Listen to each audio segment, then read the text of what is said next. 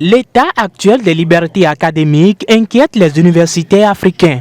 Pour porter des réflexions scientifiques sur la question, le syndicat unitaire et démocratique des enseignants du Sénégal, Enseignement supérieur recherche, a initié une conférence internationale sur le thème « État des libertés académiques, recul ou avancée ». Aujourd'hui, le SUDES a pensé à organiser ces 3 journées de réflexion, donc en associant des acteurs universitaires, des ONG, des étudiants, des parties prenantes pour cogiter sur l'état de ces libertés académiques et voir ensemble comment repartir sur de nouvelles bases.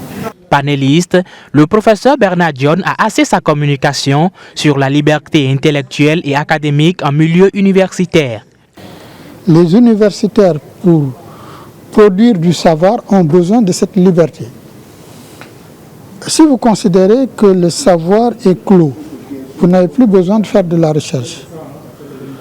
Il vous faut interroger, critiquer,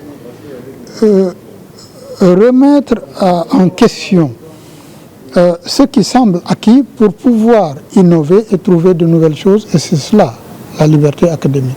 Ailleurs, la problématique est aussi d'actualité. C'est l'exemple du Gabon qui participe à cette assise internationale dans le but de contribuer à conjurer le mal.